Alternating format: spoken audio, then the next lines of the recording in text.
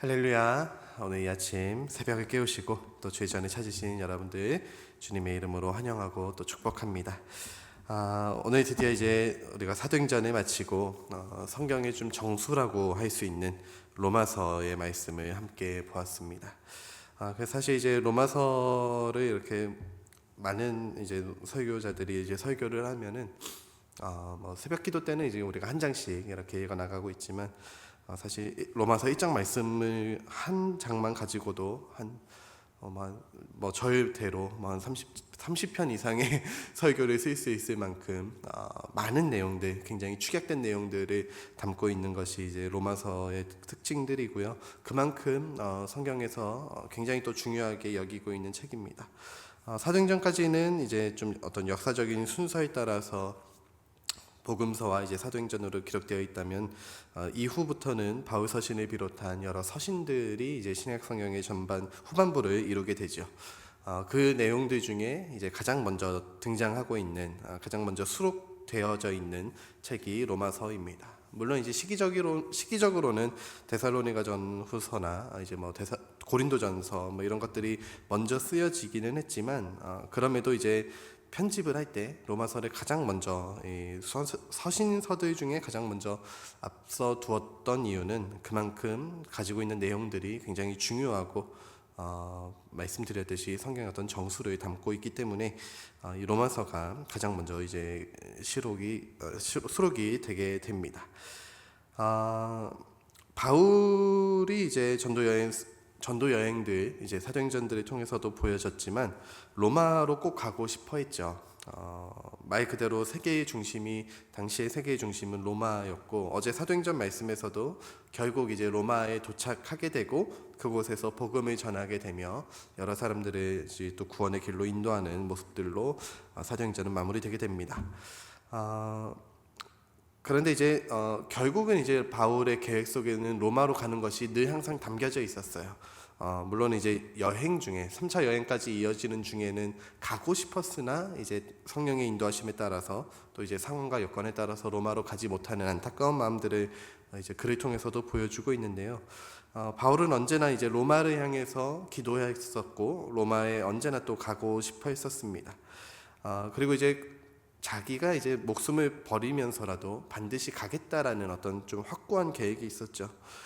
다른 서신서들에 비해서 이제 뭐 고린도 전후서나 다른 서신서들은 뭐 에베소서, 빌립보서 같은 경우는 감옥에서 쓰는 편지였기 때문에 물리적으로 이제 자신이 갈 수 없었기 때문에 또 계획상으로도 다시 갈 수 없던 상황이었기 때문에 편지로 대신하는 경우들이 많았는데요.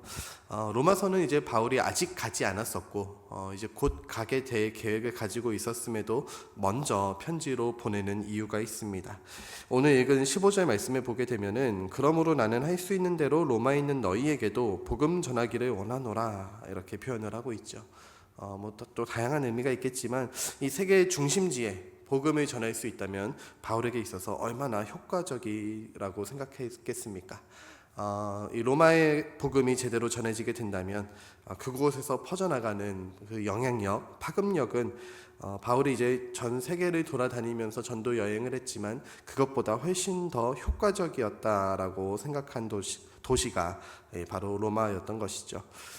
그런데 이 로마 지역에는 이미 교회가 세워져 있었습니다. 스데반 집사의 순교 이후에 디아스포라 유대인들이 퍼져나가게 되고 로마 지역의 유대인들이 머물게 되며 그곳에 교회가 세워지게 되는데요. 그곳에 이제 문제가 한 가지 있었습니다. 그게 뭐였냐면 교회는 세워져 있었지만 사도가 그 로마 지역에는 없었습니다. 다른 말로 표현하면 교회는 있었고 성도들은 있었는데 그곳에서 말씀을 제대로 전해줄 수 있는, 가르침을 전해줄 수 있는 사람이, 사도가 없었다는 것이죠. 때문에 제대로 말씀을 알지 못했었고 예수님이 어떤 분인지 또 복음이 무엇인지 제대로 아는 사람이 없었습니다. 그래서 당시 로마 교인들은 여러 가지 좀 문제점을 가지고 있었는데요. 우선 유대인들이 세운 교회였지만 교회가 몇 해 지나지 않아서 이 글라우디오 황제가 유대인들을 로마에서 다 쫓아내라는 추방령을 내리게 됩니다. 그래서 이제 유대인들이 떠나게 되고 몇 해 지나서 이제 황제가 죽고 난 이후에 추방령이 해제돼서 유대인들이 다시 로마로 돌아오게 되는데요. 교회로 돌아와 보니까 유대인들보다 이방인들의 숫자가 훨씬 더 많아지게 됐었어요. 그런데 여전히 교회의 어떤 주도권, 교회의 영향력은 소수의 유대인들이 가지고 있었습니다. 이때 이제 어느 초대교회나 있었던 고질적인 문제들이었긴 했는데요. 유대인들이 주장하는 율법 어디까지 지켜야 되는가, 할례 누구까지 받아야 되는가, 이방인들도 다 받아야 된다라는 이 고질적인 이 유대인들의 병이 있었죠. 율법을 꼭 지켜야 구원받을 수 있다라는 주장을 이제 소수의 지도자들이 하고 있었고요. 다수의 이방인들은 어떻게 또 주장을 했냐면, 아니다. 내가 받은 복음은, 내가 들은 이야기는 율법을 지켜야 구원받는 것이 아니라 믿음만 있으면 된다라고 이야기를 하면서 율법을 아주 터부시했었고, 더 나아가서 이게 또 문제가 됐던 것이 무엇이었냐면, 그들이 가지고 있었던, 당시 이제 로마가 세상의 중심이었기 때문에 다양한 문화들, 다양한 우상들, 또 다양한 어떤 사람들의 모습들 가운데서 있었던 죄의 모습들을 끊어내지 아니하고 그냥 나는 믿기로 했으니까 나는 구원받았어, 죄의 모습들 끊어내지 않는 그런 이방인들, 방탕한 이방인들의 모습이 로마 교회 안에 있었습니다. 한쪽은 너무 경건해지려고 하고 한쪽은 너무 자유롭게 신앙생활을 하는 이 문제들이 로마 교회에 있었던 것이죠. 이런 문제가 있었다는 사실을 바울은 사실 이제 소식을 들음을 통해서 알고 있었고요.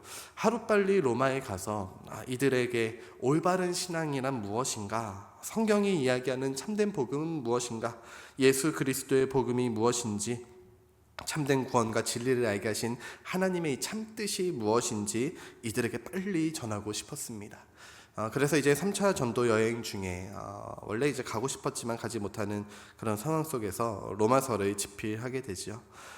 그래서 이제 로마서에서는 구원에 대해서, 또 율법에 대해서, 또 죄에 대해서, 신앙생활에 대해서 매우 상세하게 또 논리적으로 설명해 주고 있었습니다.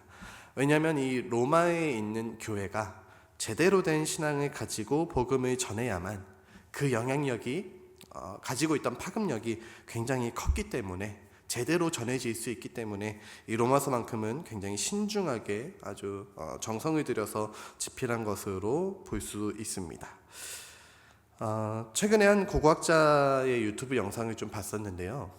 이 고고학자가 만든 좀 이야기하는 유튜브 영상의 주제가 무엇이었냐면, 고고학자가 보는 외계인의 정체, 뭐 이런 내용이었습니다. 근데 이제 고고학자가 외계인이 뭐 존재했다라는 이야기를 하려는 것이 아니라요.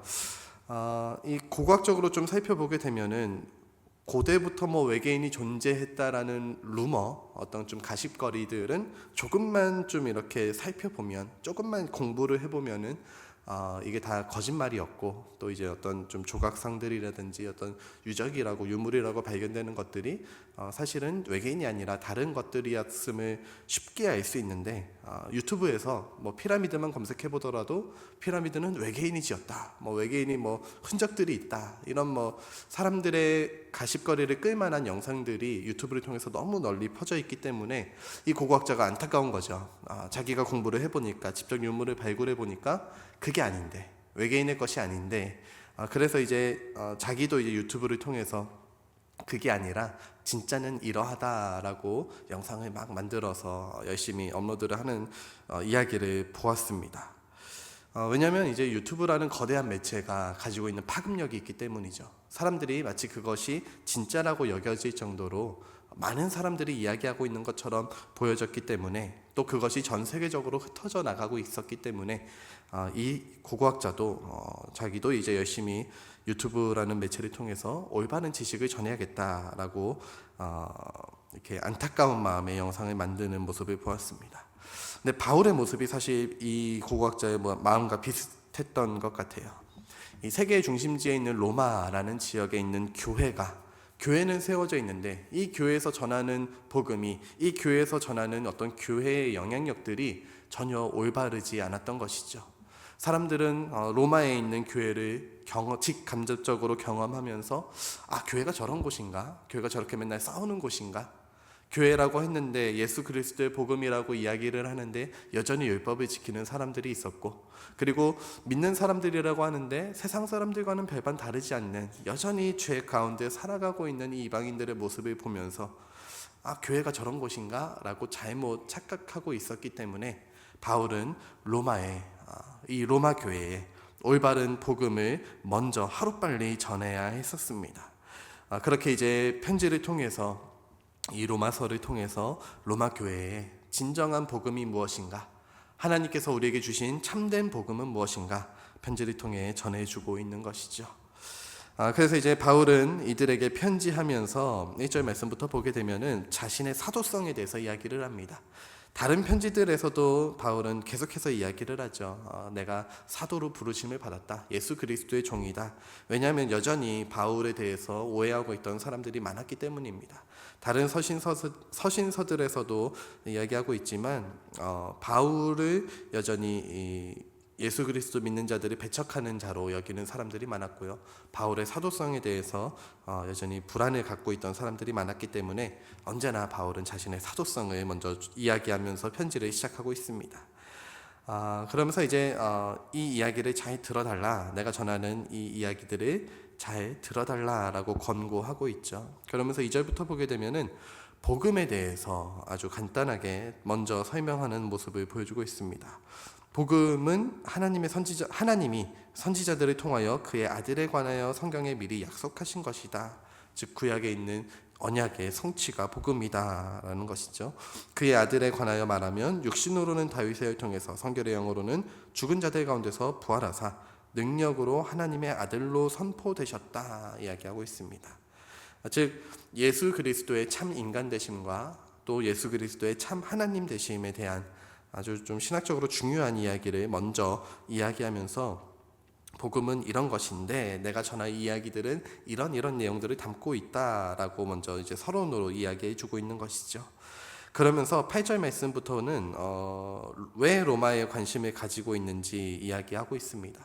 일단 이제 로마서에 있는 성도들이 이 편지를 받아볼 것이기 때문에 8절 말씀에 보면 바울이 먼저 로마 교회에 칭찬해 주는 모습을 보여주고 있죠.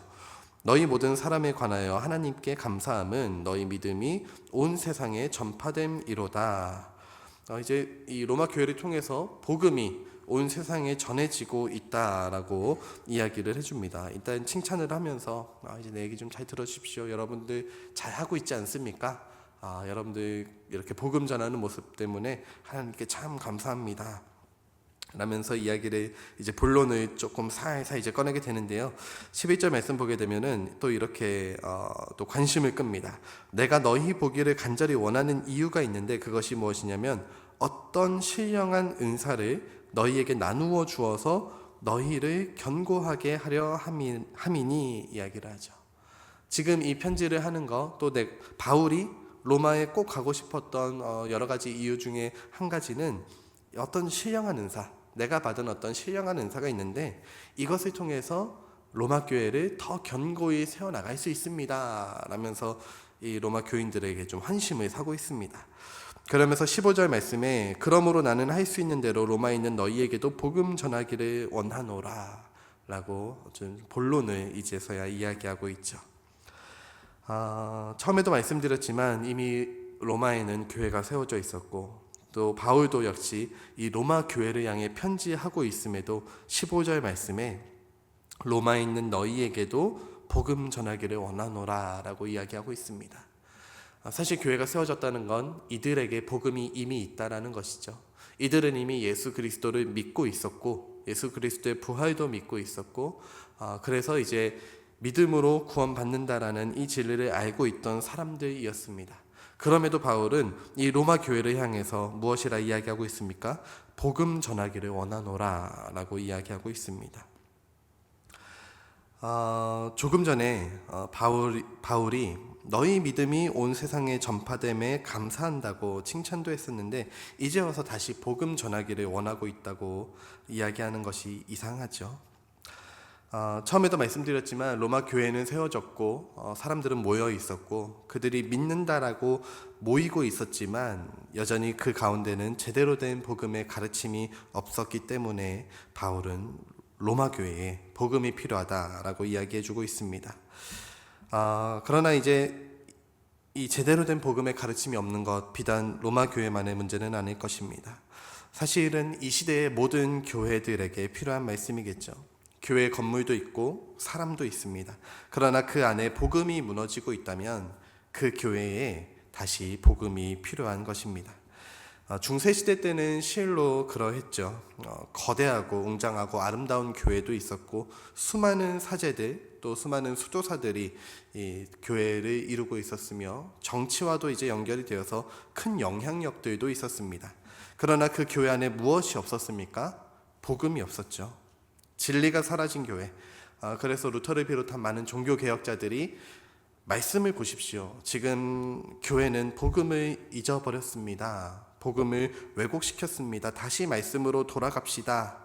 라틴어로만 되어 있던 성경을 번역하기 시작했고 사람들에게 배포하기 시작했습니다. 그래서 하나님의 뜻은 이것입니다. 말씀은 이러합니다. 복음을 전하는 개혁을 일으키게 되죠.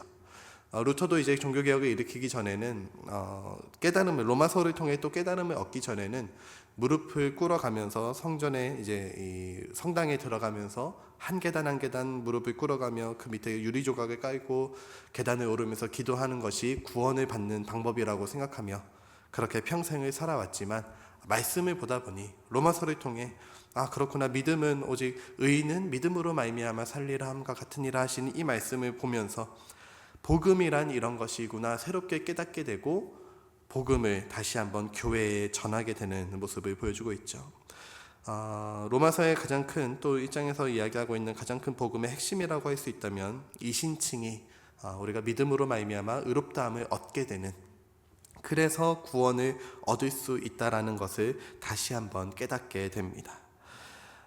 로마 교회 안에 지금 이제 로마 교회 안에 잘못 전파되고 있던 구원에 대한 문제, 또 율법에 대한 문제, 또 이제 1장 후반절부터 나오게 되는 죄에 대한 문제들을 또 다시 한번 되짚으며 지금 이 로마 교회 안에는 다른 것이 아니라 복음이 필요하다라고 로마서를 통해서 전해주고 있습니다. 그래서 이제 18절부터 나오게 되는 이 인간의 어떤 죄악된 모습들, 하나님을 떠난 죄악 가운데 빠져있는 인간들의 모습들을 나열하면서 특별히 당시 로마를 비롯한 헬라 시대 때 무난히 팽배했던 죄의 모습들을 하나하나 열거해주는 내용들을 담고 있죠. 여기서 이제 동성애에 대한 죄도 나오게 되고요. 또 불의, 추악, 탐욕, 시기, 살인, 분쟁, 사기, 악독이 가득한 자 등등 하나님께서 미워하는 자요, 능욕하는 자요, 교만한 자요, 자랑하는 자요, 악을 도모하는 자요, 부모를 거역하는 자요, 이런 자들을 열거하고 있습니다. 그런데 이런 죄악된 모습들을 쭉 열거하면서 32절 마지막 절에 정말 큰 문제에 대해서 이야기를 해주고 있는데요. 32절 말씀에 보면 그들이 이 같은 일을 행하는 자는 사형에 해당한다고 하나님께서 정하심을 알고도 자기들만 행할 뿐 아니라 또한 그런 일을 행하는 자들을 향해서 무엇이라 이야기를 합니까? 옳다 하느니라. 이게 무슨 이야기입니까? 사실 오늘날 교회와 별반 다르지 않다라는 것이죠. 여러 죄악들이 있어요. 하나님께서 싫어하는 죄의 모습들, 사실 우리도 어떤 게 하나님 싫어하는 죄의 모습들인지 다 알고 있습니다. 이 로마 교회 사람들도 알고는 있어요. 그러나 로마 교회도 마찬가지였지만 이 시대의 교회도 마찬가지죠. 그 죄를 향해서 지적하지 않습니다. 드러내지 않아요. 죄를 이렇게 지적하지 않습니다. 왜 그러느냐? 요즘 많은 교회 목회자들, 저도 마찬가지지만 가지고 있는 딜레마 중에 하나가 그걸 것 같아요. 성도들이 상처받으면 안 되잖아요. 많은 교회들이 상처받으면 안 된다라는 것에 대해서 굉장히 좀 두려워하는 모습들을 보여주고 있습니다. 심지어 차별금지법, 우리가 이제 최근에 또 차별금지법 반대 운동을 크게 한번 하면서 차별금지법 무엇까지 이야기를 합니까? 그 죄를 행하는 자들을 향해서 옳다 여기라고 이야기를 하고 있다는 것이죠. 그 죄를 짓는 자들을 향해서 환대하라고 차별금지법 이야기하고 있습니다. 그 죄를 행하는 자들을 향해 괜찮다고, 틀리지 않다고, 틀린 게 아니라 다르다고 이야기하는 이 시대를 사실은 로마 시대 때도 이 로마에 있는 교회도 같은 문제를 가지고 있었다는 것입니다. 또한 오늘날 교회 모습도 여전히 비슷하다라는 것이죠. 많은 세월이 지났죠. 2000년이 넘는 시간이 지나면서 지금 후기 포스트 모던 시대다라고 이야기하는 좀 꽤나 발전한 시대 사조를 겪고 있는 것처럼 보여지지만 로마 시대 때 당시 가지고 있었던 어떤 쾌락주의라든지 아니면은 당시 헬라 사상과 같은 이제 이데아 사상이라든지 이런 사상들과 사실 지금의 사상들이 크게 다르지가 않습니다. 약간의 모양만, 쓰는 언어들만 좀 달라졌지 그 안에 뿌리 잡힌 어떤 좀 기초적인 철학적인 틀은 크게 변하지 않는 모습을 보여주고 있습니다. 어쩌면 이름만 다를 뿐이지 죄악된 세상 안에서 사람들이 가지고 있었던 이런 어떤 사조들은 우리의 죄를 벗어나지 못하는 한계를 가지고 있는지도 모르겠습니다. 그 가운데에 교회가 있었고 그 교회가 세상과는 큰 차이가 없던 것이죠. 로마 교회가 그러했다는 것입니다. 그래서 바울은 로마 교회에 복음이 필요하다 이야기하고 있는 것입니다. 그리고 오늘날 교회에도 복음이 필요합니다. 세상은 여전히 하나님을 대적하고 있고 교묘하게 죄를 의식하지 못하게 하며 복음이 필요 없는 세상을 만들어 가려고 합니다. 그리고 이미 많은 사람들에게 복음이 필요하지 않는 것처럼 여겨집니다. 요즘에 이제 비기독교인들, 이제 교회를 떠난 사람들이 조금 늘어가는 것도 문제가 되겠지만 더 큰 문제는 이제 종교 자체를 가지지 않는 무종교인들의 비율이 굉장히 커졌다고 합니다. 사람들이 이제 더 이상 어떤 구원에 대해서 어떤 근본적인 어떤 영적인 문제에 대해서 큰 관심이 없다라는 것이죠. 난 그냥 아무것도 믿지 않을 것이다. 나는 그냥 나만 믿고 살아가겠다라는 사람들이 많아지고 있다는 것이죠. 그들에게 복음이 들려지더라도 별로 나와는 관계없는 이야기, 나는 별로 필요가 없다라고 거절하는 사람들이 이 시대에도 여전히 많이 있다라는 것입니다. 그러나 많은 사람들에게 복음이 필요하지 않는 것처럼 보여지지만 여전히 우리에겐, 사람들에겐, 모두에겐 복음이 필요합니다. 우리가 이제 로마서를 시작하면서 이 복음의 정수를 이제 1장부터 시작하는 이 복음에 대한 이야기들을 매일마다 이렇게 하나하나씩 우리의 삶 속에 또 새기며 우리 마음에 새기게 될 텐데요. 우리가 이 복음을, 나도 이제 이 복음을 가지고 이 세상 가운데 또 교회 안에 나도 이 복음을 잘 전하겠습니다. 우리가 이 로마서를 묵상하는 이 기간을 지내면서 복음에 대한 참된 의미를 깨닫고 또 복음을 전할 수 있는, 하나님께서 우리에게 보여주신 복음을 주신 이유는 이런 것이지, 하나님께서 우리에게 알려주신 참된 진리는 이런 것이지 라고 깨닫고 또한 세상 가운데 전할 수 있는, 또 우리 교회 안에도 복음을 전할 수 있는 그런 복된 기간이 될 수 있기를 간절히 바랍니다. 그렇게 복음의 참된 의미를 깨닫고 나아갈 때에 또 로마 교회라는 아주 이 중요한 지역, 지리적 위치를 가지고 있던 이 핵심 지역을 통해 복음이 전해지게 될 때에 사실 여전히 이 부족한 부분들이 이 교회 안에도 있지만, 그러나 예수님 다시 오실 그때까지 우리가 교회를 통해서 올바른 복음이 전해질 수 있도록, 다시 오실 예수 그리스도를 맞이할 수 있는 올바른 교회를 세워나갈 수 있도록 날마다 말씀을 묵상하는 우리의 삶 가운데 그 복음을 잘 지켜나가고 또 그 복음대로 살아갈 수 있는 복과 은혜, 진리가 우리의 삶 가운데 늘 함께할 수 있기를 주님의 이름으로 축복합니다. 함께 기도하겠습니다.